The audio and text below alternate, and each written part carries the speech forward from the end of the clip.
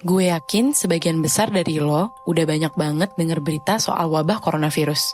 Sebenarnya kenapa sih bisa muncul virus baru yang sebelumnya belum pernah ada sama sekali di bumi? Kenapa juga virus ini bisa nular dengan sangat cepat? Lalu, apa aja ya aspek medis yang perlu lo ketahui tentang virus ini? Gue Dr. Krisna dari 1% kembali lagi di video mengenai kesehatan fisik. So, pertama-tama, gue mau mengingatkan lagi bahwa coronavirus yang sedang mewabah ini punya dua nama official, yaitu Novel Coronavirus atau nCoV dan SARS-CoV-2. Jadi, keduanya sama aja.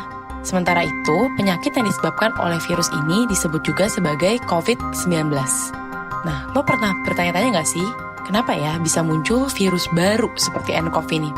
Jadi, sebagian besar penyakit infeksi akibat virus baru yang terjadi di manusia sebenarnya merupakan virus-virus yang berada di hewan. Pengetahuan kita mengenai virus-virus yang ada di hewan ini amat terbatas, bahkan pada hewan terdomestikasi atau hewan peliharaan. Jadi, apalagi pada hewan liar yang ada di alam bebas. Nah, nCoV ini pun begitu. Sebenarnya, dia ini adalah virus yang kemungkinan udah ada sejak lama, tapi kita sebelumnya nggak tahu aja sama keberadaannya. Berdasarkan penelitian, bukti yang paling kuat menunjukkan bahwa nCoV ini awalnya dari kelelawar. Karena memang kelelawar diketahui sebagai spesies yang mengandung coronavirus dalam variasi paling beragam. So, apa dong yang bikin virus yang tadinya ada di hewan ini bisa menginfeksi manusia? Nah, ada dua aspek penting. Yang pertama adalah adanya kontak antara hewan dengan manusia, serta kemampuan adaptasi virus itu sendiri di inang yang baru. Dalam hal ini adalah manusia ya. Kelelawar yang mengandung nCoV berkontak dengan manusia di Huanan Seafood Market di Wuhan, dan nCoV ini memiliki kemampuan adaptasi di tubuh manusia. Akibatnya bisa terjadi penularan nCoV dari manusia ke manusia lainnya tanpa harus ada paparan dengan kelelawar. Pertanyaan besarnya adalah, kenapa sih penularannya bisa cepet banget? Salah satu hal yang mempengaruhi kecepatan transmisi penyakit infeksi adalah rute atau jalan masuknya virus ke dalam tubuh. nCoV ini kan spesifik, yang diserang adalah organ paru-paru, karena ada komponen sel di paru-paru yang bisa dikenali oleh nCoV. Dan komponen ini dijadikan media untuk dirinya itu memasuki sel tersebut.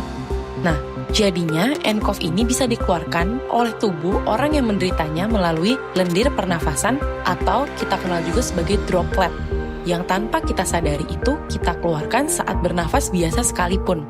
Bisa dibayangin nih, ketika kita batuk atau bersin, lendir dari saluran pernapasan itu akan keluar dalam jumlah yang banyak dan kecepatan tinggi. Bahkan sampai kelihatan kan sama orang lain. So, nCoV yang terdapat pada lendir pernapasan orang yang terinfeksi akan dengan mudah terpapar ke orang di sekitarnya. Terus, gimana? nCoV yang ada di lendir tersebut apakah bisa nembus kulit gitu? Untungnya enggak ya. Jadi, orang yang berkontak dengan penderita COVID-19 ini berisiko tinggi ikut terinfeksi kalau droplet pernafasan itu tadi terhirup secara langsung atau mengenai selaput lendir pada rongga mulut, rongga hidung, atau pada mata. Hal ini menjelaskan kenapa nCoV cepat banget penularannya. Makanya, berdasarkan data terakhir di WHO pada tanggal 5 Maret 2020, terdapat total 95.000 kasus dengan 2.200 kasus baru dalam satu hari di seluruh dunia.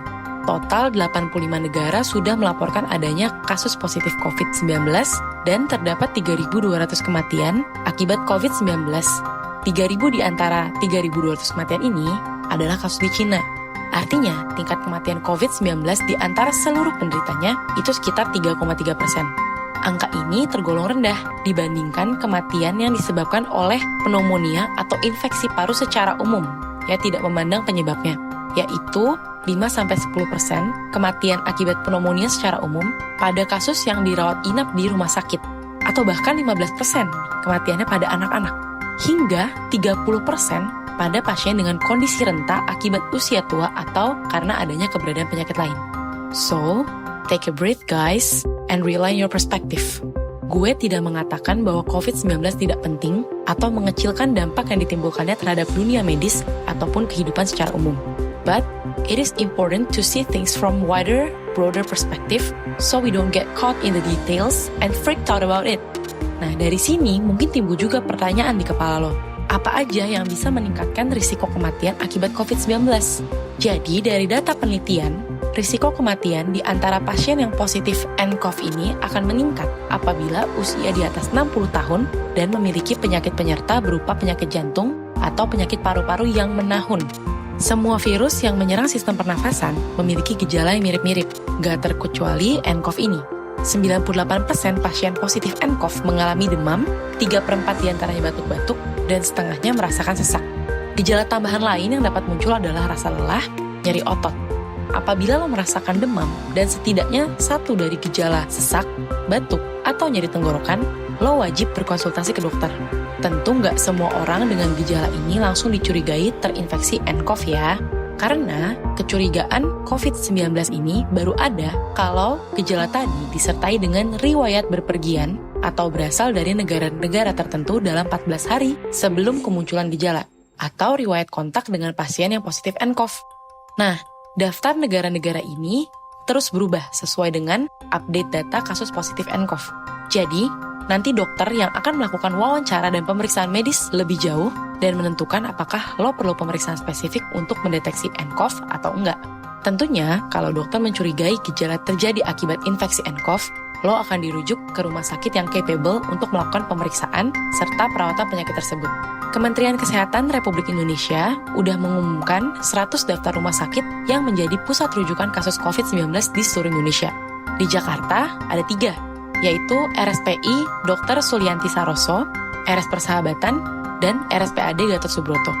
Untuk RS di daerah lain, lo bisa lihat daftarnya di link pada bagian description.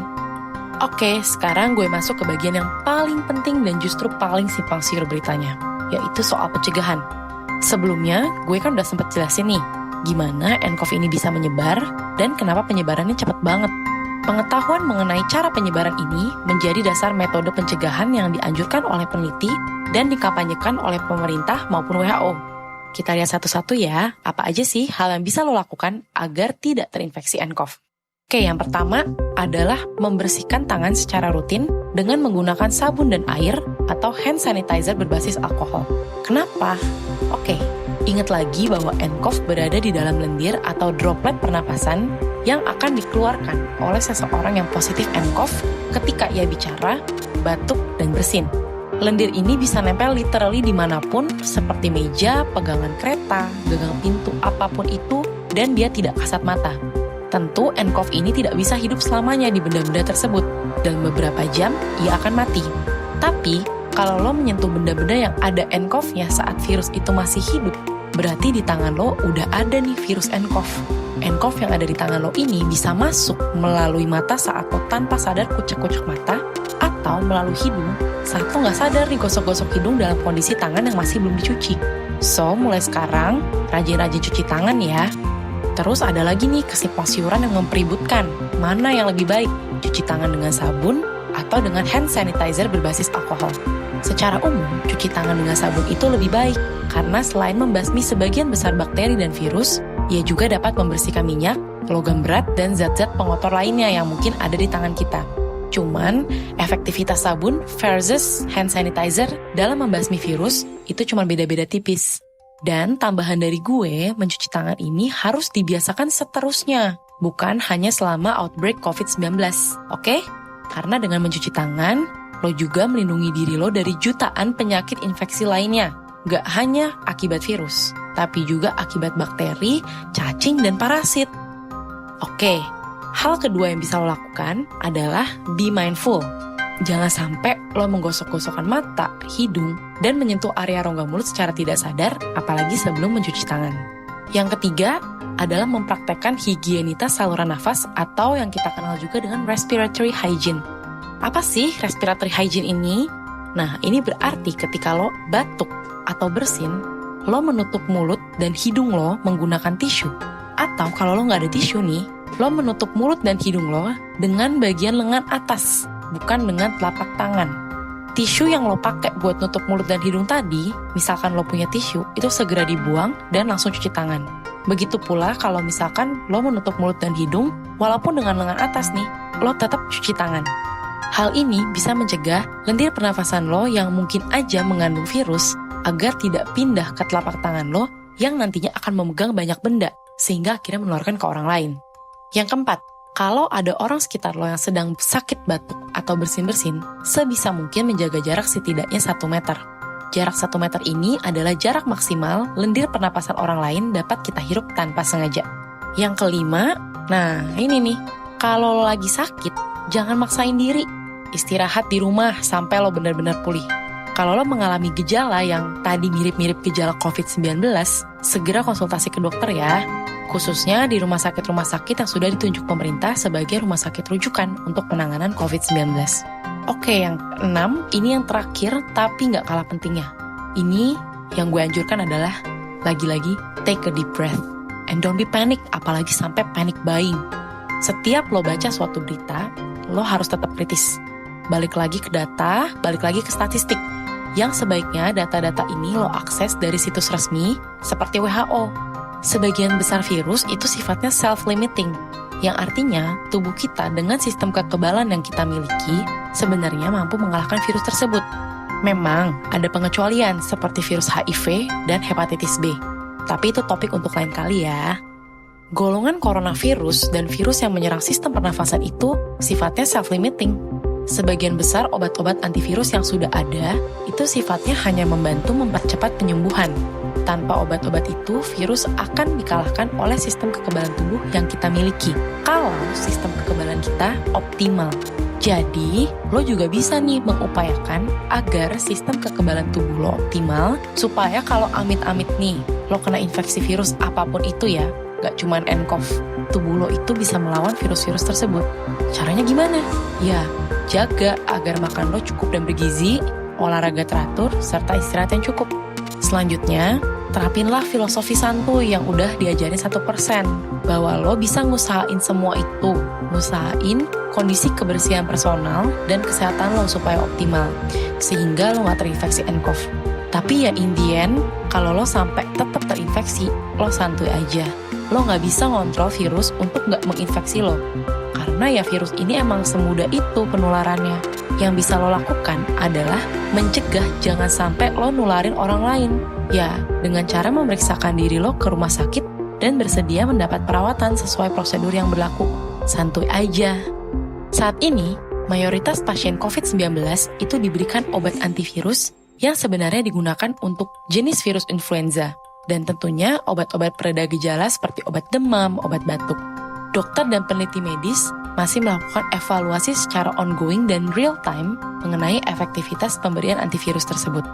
Akhir kata, ingat saja untuk tetap tenang tapi tetap waspada. Peneliti dari bidang biomedis itu udah berhasil memformulasikan vaksin serta berbagai obat yang berpotensi efektif untuk mencegah dan mengobati infeksi nCoV. Penelitian ini sudah melewati tahap awal dan diharapkan dalam beberapa bulan sudah dapat diproduksi secara massal. So, let's be hopeful and fingers crossed. Sekian penjelasan gue soal COVID-19 dalam video 1% edisi kesehatan fisik. Gue Dr. Krisna undur diri dulu dan see you next time.